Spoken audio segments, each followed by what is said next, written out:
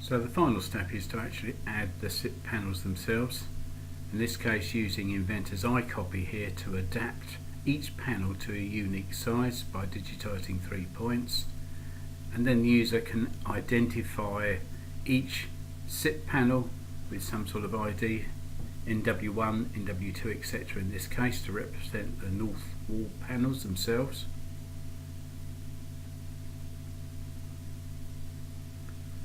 And each size will be recorded inside the bill of materials and the parts list on the 2D drawing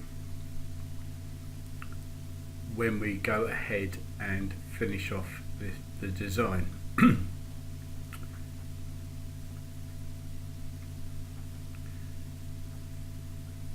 See the construction inside the panel when that timber is turned off.